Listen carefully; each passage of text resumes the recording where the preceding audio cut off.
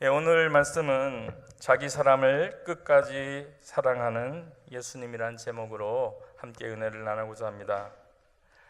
오늘은 종려 주일 예배로 드린다 그랬는데, 이 종려 주일은 예수님께서 돌아가시기 위해 예루살렘에 입성할 때 그분이 메시아로 오신 것을 믿는 백성들이 승리의 함성을 지르면서 이 종려나무 가지를 그 발밑에 나귀 밑이겠죠. 걸어가는 그 밑에 깔고 그러고 찬양을 했던, 그래서 그날을 기념하는 날이에요. 이스라엘은 이때 외친 건 뭐예요? 정치적인 승리. 이제 메시아가 왔으니까 다윗처럼 이제 로마에서 우리를 해방시켜 줄 거라는 정치적인 승리와 자유를 기대하고 소리치고, 그리고 종려나무로서 승리를 상징하는 그 가지를 들고 그렇게 외쳤던 것입니다. 그런데 이들은 사실은 자기도 모르게 죽음과 죄에서 승리하고, 그리고 영혼의 자유를 위해서 지금 십자가 부활을 위해 입성하시는 그 예수님을 찬양하는 일이 된 것이에요. 그들은 세상적인 눈으로 봤지만 주님께서는 그 찬양을 영적인 승리의 찬양으로 받으신 거예요. 바로 그날이 종려 주일입니다. 오늘의 말씀의 배경은 이렇게 환영을 받으면서 입성하신 예수님께서 목요일 저녁에 유월절이라는 큰 유대인의 명절이 다가오자 제자들과 함께 식사를 하기 위해서 모인 자리에서 벌어졌어요. 12제자가 모두 모여서 주님과 유월절 식사를 할 때, 근데 유월절은 어떤 날인지 기억하세요? 이스라엘 백성들이 애굽의 노예로 있을 때 모세를 통하여서 이들의 자유를 애굽의 바로한테 요청했지만 거절했습니다. 그래서 하나님께서는 10가지 재앙을 통해서 바로가 결국은 굴복하게 만드시고, 그 재앙 가운데 마지막 재앙이 바로 이 장자의 재앙이었어요.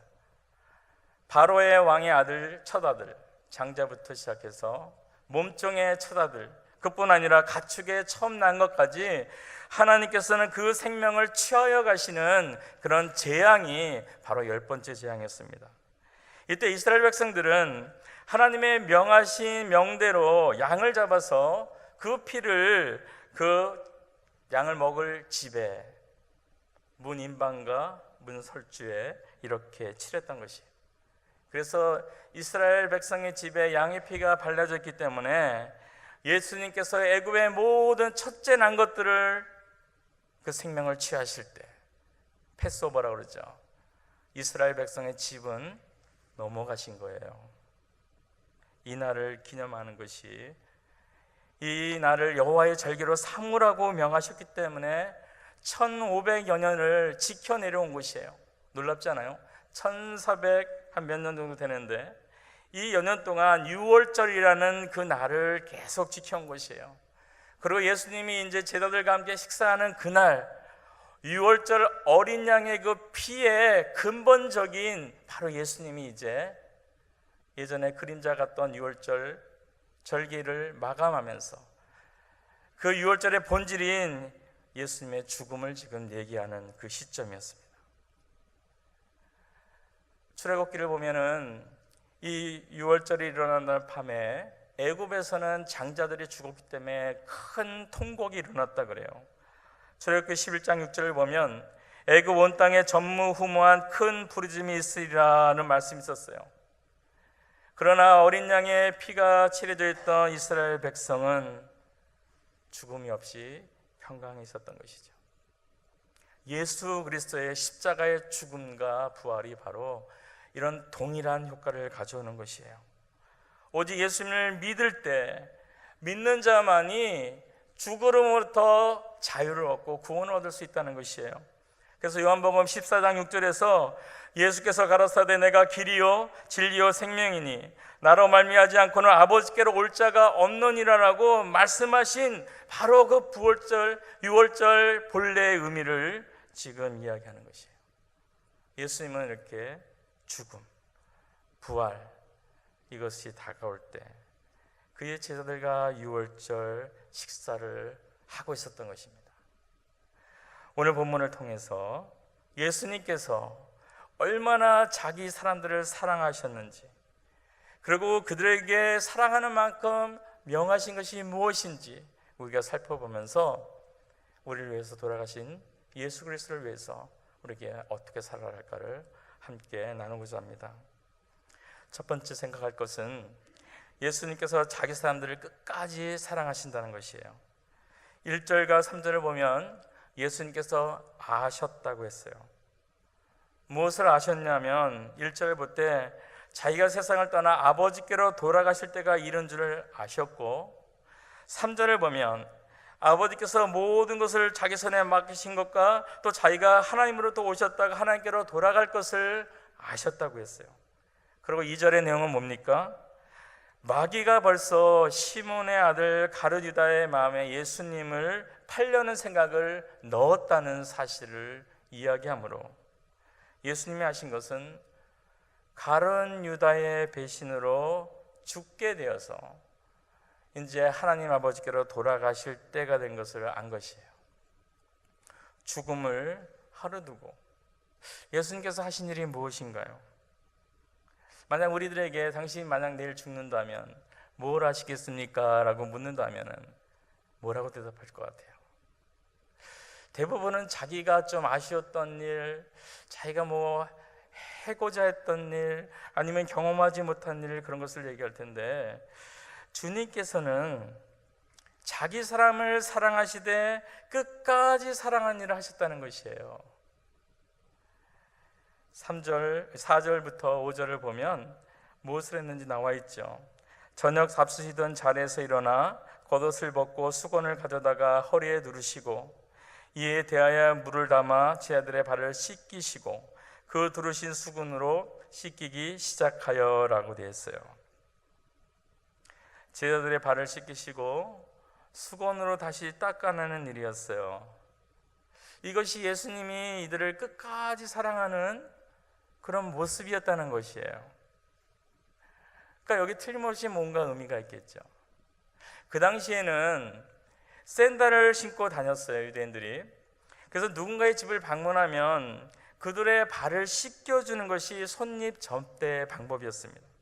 그런데 이 일은 주로 종들이 했어요. 이 종이 해야 될 일을 지금 주님이 하신 것이에요. 이것을 우리가 생각하면서 단순히 겸손히 종의 자리로 내려와서 섬기는 거에서 멈추면 안 되고요.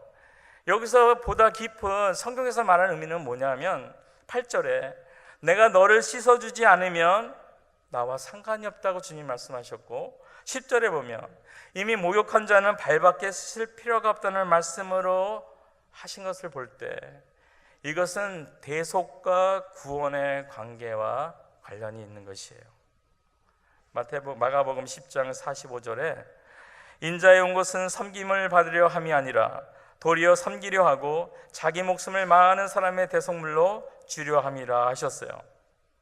이 말씀의 의미처럼 예수님께서 사랑하고 사람을 섬기는 방법은 뭐였냐면 사람들의 죄를 씻기기 위해서 자기 목숨을 드리는 거예요. 그 사람의 죄를 대신해서 대속물로 드리는 그 섬김이 바로 예수님께서 끝까지 사랑하는 방법이었다는 것이죠. 날마다 가르치셨죠. 육체의 병과 마음의 병을 고쳐주셨어요. 그리고 줄인 자들을 배부르게 먹여주셨죠. 육적인 배고픔만 채워주신 게 아니고 영적인 배고픔도 채워주셨어요. 이런 섬김을 넘어서 목숨까지 드리는 섬김, 바로 이 사랑을 이야기하는 것입니다. 제자들과 가룟 유다는 제외됐을까요? 그렇지 않아요. 가룟 유다까지 포함해서 세상의 모든 사람들을 위해서 십자가에 죽으실 예수님을 믿는 제자들은 죄사함을 받아 깨끗하게 되는 것이에요. 그렇다 하더라도 생활 속에서 죄가 있기 때문에 그 죄 역시 예수 그리스도를 통해서 씻김을 받아야 된다는 얘기를 하는 것이에요. 그 당시에 명절 때면 우리 한국의 명절 때처럼 다들 목욕을 합니다. 그래서 이미 6월절이기 때문에 다들 목욕을 하고 온 사람들이에요. 근데 걸어오다 보면 다리가 더러워져요. 왜요? 샌들을 신었기 때문에. 그러면 목욕을 할 필요는 없지만 다리에 묻은 그 흙을 떨어내는, 씻어대는 일을 해야 되는 것이죠. 이미 구원은 주님 안에서 구원을 얻은 자라 할지라도 그의 삶 가운데서 죄를 지을 수 있다는 거죠. 생활 속에서 죄를 지을 수 있는데 이것까지도 주님은 깨끗하게 하시기 위한 모습을 보여준 것이에요. 이것이 예수님의 사랑, 끝까지 사랑하는 것이에요. 구원의 길을 열어놓았을 뿐 아니라 믿는 자들이 온전하고 거룩하게 하시고자 종의 자리까지 겸손하게 내려가서 섬기는 그 사랑을 얘기합니다. 가룟 유다는 주님이 많은 기회를 줬어요. 자기를 팔자가 누군지 아셨지만 주님은 그를 저주하거나 미워하지 않고요, 가룟 유다의 발도 씻어주셨습니다. 물로 씻고 수건으로 닦아줄 때 가룟 유다가 거기서 예수님의 마음을 알고 돌아섰으면 얼마나 좋았겠습니까? 10절에서 주님이 이런 고백을 해요. 너희가 깨끗하나 다는 아니다 라고 또 말씀하십니다. 이때 가룟 유다가 좀 깨닫고 주님이 아시는구나 하고 돌아왔으면 정말 좋을 텐데 주님이 주신 모든 기회를 그는 거절했습니다. 그 사랑을 저버리고 말았어요. 주님은 이렇게 자기를 버릴 계획을 갖고 있는 유다까지도 끝까지 사랑하신 분이에요. 이거를 기억하시기 바랍니다. 우리가 어떤 죄를 지었든지 그것은 문제가 되지 않는다는 것이죠. 이 얘기는 제가 마음대로 죄를 지어도 된다는 의미가 아니라는 것은 아시죠, 다들? 가장 중요한 의미를 말하는 것이에요. 우리가 그러고 싶지 않아도 그렇게 죄에 넘어질 때가 있다는 것이죠. 그때 우리가 기억할 것은 끝까지 우리를 사랑하시는 주님, 이것을 믿으시기 바라요.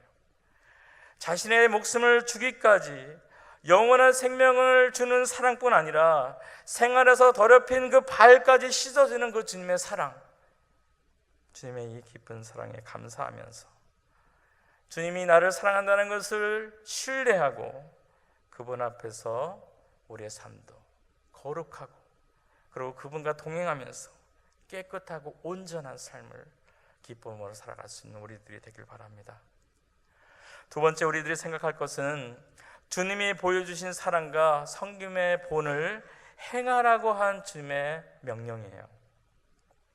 오늘 본문은 아니었지만 14장 15절입니다.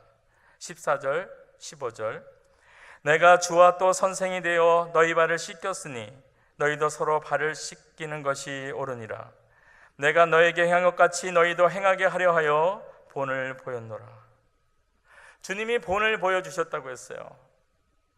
본을 보여주신 이유는 우리의 주가 되시고 가르치는 선생이나 되시는 그 높은 분이 낮아지셔서 더러운 발을 씻어주신 걸 보고 감동받아서 와, 주님은 정말 대단한 분이고 내가 존경할 만한 분이라는 그런 마음의 만족까지 있는 것이 아니라는 것이죠. 거기서 멈추는 것이 아니라 너희도 서로 이렇게 행하라고 본을 보여주신 것이에요. 감동해서 정지하는 것이 아니라 행함으로 나가라는 것입니다. 우리에게 무엇을 하라고요? 다른 사람의 발을 닦아주라는 의미로 받아들이면 안 돼요. 그 이상의 의미잖아요. 조금 전에 말씀드린 것처럼 마가복음 10장 40절에서 인자가 온 것은 섬김을 받으려 함이 아니라 오히려 섬기려 하고 자기 목숨을 많은 사람의 대속물로 주려 함이라 하신 것처럼 목숨까지 들여서 섬기는 주님의 모습을 우리가 본받으라는 얘기를 하는 것이에요. 믿는 성도들을 향하여서는 서로 섬기되 서로가 생활 속에서 죄악을 버리도록 옆에서 기도해주고 격려해주고 말씀으로 권면해주고 도와주라는 얘기를 하는 것입니다. 자신의 생명을 걸고 서로가 주님께서 귀하게 거룩하게 만든 우리의 같은 지체라는 것을 기억하고 그가 온전해질 수 있도록 서로 노력하고 도와주라는 것이에요. 히브리서 12장 1절에서 4절 말씀은 이렇게 되어 있습니다. 이러므로 우리에게 구름같이 둘러싼 허다한 증인들이 있으니 모든 무거운 것과 얽매이기 쉬운 죄를 벗어버리고 인내로서 우리 앞에 당한 경주를 경주하며 믿음의 주요 또 온전케 하시는 이인 예수를 바라보자. 저는 그 앞에 있는 즐거움을 위하여 십자가를 참으사 부끄러움을 개의치 아니하시더니 하나님 보좌 우편에 앉으셨느니라. 너희가 피곤하여 낙심치 않기 위하여 죄인들의 이같이 자기에게 거역한 일을 참으신 자를 기억하라. 너희가 죄와 싸우되 아직 피 흘리기까지는 대항치 아니하고. 믿음의 선배들, 많은 증인들이 행한 것은 무거운 것과 얽매이기 쉬운 죄를 벗어버린 것이라고 말씀했어요. 이들이 이렇게 그들의 죄를 벗어버릴 수 있었던 것은 자기를 위해서 자기를 거역했던 자기를 참으시고 그 저주의 십자가에 매달리신 그 예수님을 바라보았기 때문이라고 지금 말하고 있습니다. 믿음의 주요 온전케 하시는 예수님을 바라볼 때 그렇게 자기의 얽매기 쉬운 죄를 벗어버릴 수 있는데, 너희들은 이런 선배들과 달리 아직 피 흘리기까지 죄에 대항하지 아니했다고 지금 책망하고 있는 것이에요. 무슨 말씀입니까? 성도들의 삶은 정말 목숨을 걸고 자기뿐 아니라 서로가 거룩함을 유지할 수 있도록 돕는 지체가 되어야 한다는 것이죠. 예수님의 흉내 내어서 다른 사람의 더러운 발을, 그 냄새를 꼭 참고 닦아주는 그 흉내, 그것도 의미 있지만 그것이 아니라 본질적으로 그 형제를 사랑함으로 그가 거룩해질 수 있도록 옆에서 기도하고 옆에서 격려해주고 옆에서 말씀으로 권면해주면서 온전히 쓸 수 있도록, 그가 낭망했을 때는, 절망한 상황에 처했다면 낭만과 절망에서 나올 수 있도록 돕고 힘을 주는 그런 섬김이 있어야 된다는 말씀을 하는 것입니다. 또 믿지 않는 자를 향하여서는 어떻게 됩니까? 예수님의 죄 씻김의 복음, 그 대속의 죽음을 전하되 주님께서 우리의 죄 씻음과 구원을 위해 자기의 목숨까지 버린 것 같은 그런 간절한 마음으로, 내가 거기까지 이 사람을 섬기겠다는 마음으로 우리는 복음을 들고 그에게 전해야 되는 것이에요. 이 섬김의 모든 동기는 물론 사랑해야 됩니다. 요한복음 13장 34절에서 35절 말씀, 새 계명을 너희에게 주노니 서로 사랑하라. 내가 너희를 사랑한 것 같이 너희도 서로 사랑하라. 너희가 서로 사랑하면 이로써 모든 사람이 너희가 내 제자인 줄 알리라. 서로 사랑하여 섬기는 수고가 있는 곳에 다른 사람들이 이들은 예수님의 제자구나 라고 깨달을 수 있다는 것이에요. 반대로 말하면 사랑의 수고가 없는 곳에서는, 사랑하는 모습을 볼 수 없는 곳에서는 예수님의 제자임을 그들이 알아낼 방도가 없다는 것이에요. 예수님과 너무 다르기 때문에. 그렇기 때문에 그들은 복음의 영향력을 받을 수 없게 되는 것입니다. 믿는 자를 향한 우리의 사랑도 먼저 서로 사랑함으로, 그리고 또 믿지 않는 자를 사랑함으로 모든 액션이 취해져야 된다는 얘기예요.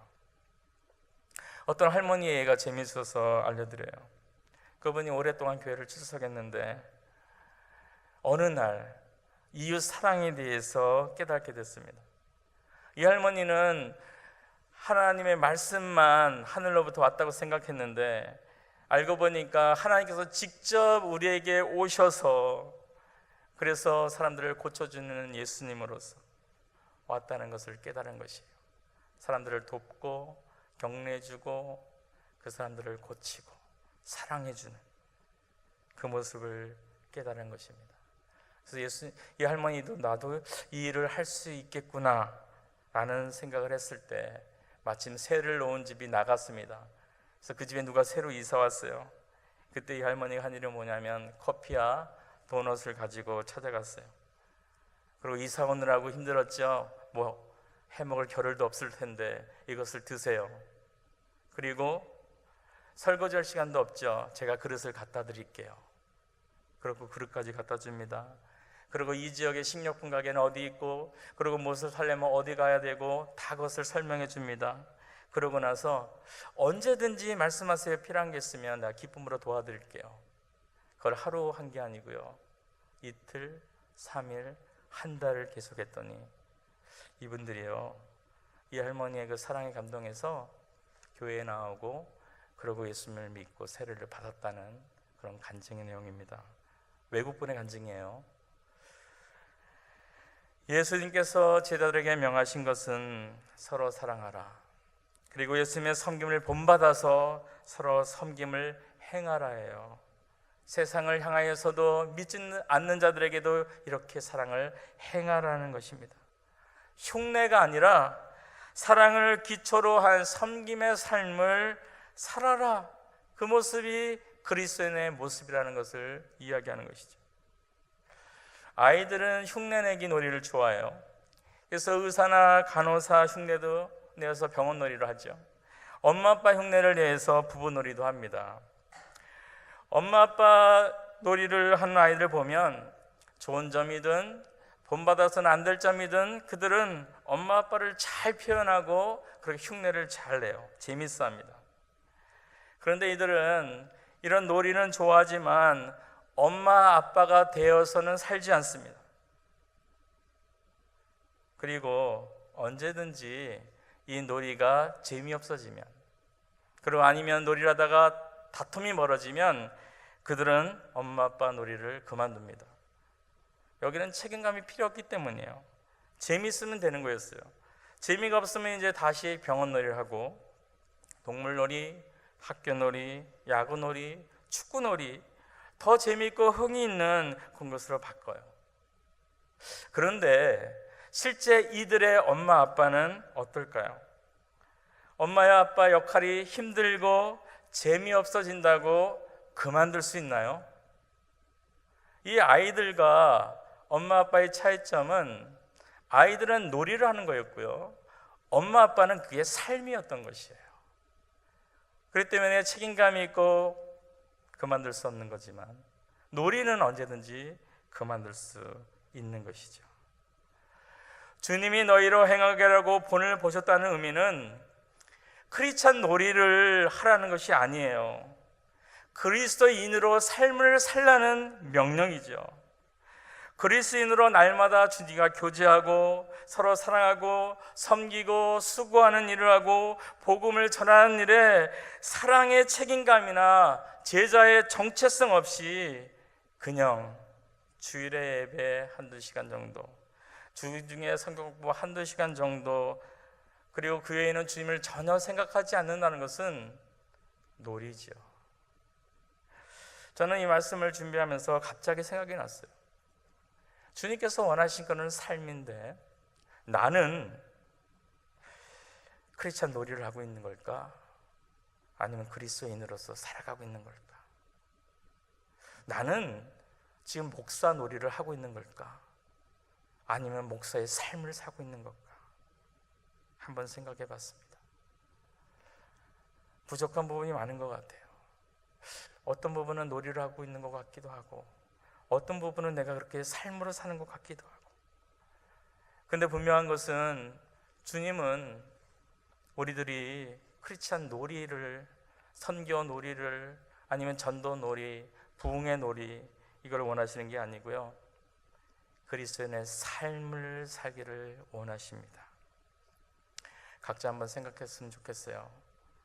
내가 크리스찬 놀이를 하면서 정말 재밌고 흥이 있는 것만 하고 재미없으면 접어버리고, 아니면 내가 그리스도인의 삶을 살면서 재미가 있든 없든 내가 하나님과 교제하기를 힘쓰고 그분의 말씀에 순종하기를 힘쓰면서 삶을 살아가고 있는가 생각해 보시고요.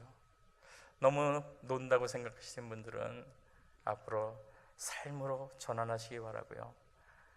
그리스도인의 삶을 살고 계신 분들은 힘내십시오. 계속 그렇게 살아가기 바랍니다. 그래서 정말 하나님께서 기뻐하시는 그런 그리스도인의 삶을 살아갈 수 있는 우리들이 되길 바라요. 말씀을 정리합니다. 예수님께서는 자기 사람을 사랑하시되 끝까지 사랑한다고 했어요. 주님은 자기의 목숨을 들여 섬김으로 우리의 죄를 대신하시고 구원의 길을 열어놓으셨습니다. 그뿐 아니라 생활의 죄까지도 우리가 깨끗게 되어서 하나님 앞에 온전한 삶으로 살아가기를 원하세요. 그렇게 우리를 주님이 사랑하십니다. 주님은 이렇게 우리를 사랑하시면서 우리에게 명령하신 것은 뭐냐 하면, 너희가 나를 본받아서 사랑과 섬김의 삶을 살아가라는 것이죠.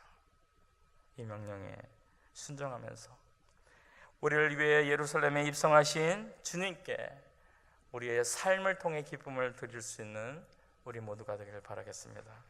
우리 함께 기도합니다. 하나님 감사합니다. 우리를 사랑하시되 끝까지 사랑하시는 주님, 그 주님을 신뢰하고 어떤 상황에서도 우리가 흔들리지 않도록 도와주시고, 주님께서 우리가 끝까지 생활에서도 거룩하게 살아가기를 원하신다는 것을 기억하고 우리의 삶 가운데 온전하고 거룩한 경건의 삶을 살아갈 수 있도록 도와주시옵소서. 하나님, 그리고 주님의 그 사랑과 본을 우리가 보고 행하라고 했습니다. 하나님, 우리가 놀이하듯이 일정한 시간에 그런 일을 행하면서 지내는 것이 아니라 우리의 삶 전체를 그리스도인으로서 사랑과 섬김으로 행하며 살아갈 수 있는 은혜를 부어 주시옵소서. 감사드렸고 우리 예수님의 이름으로 기도합니다. 아멘.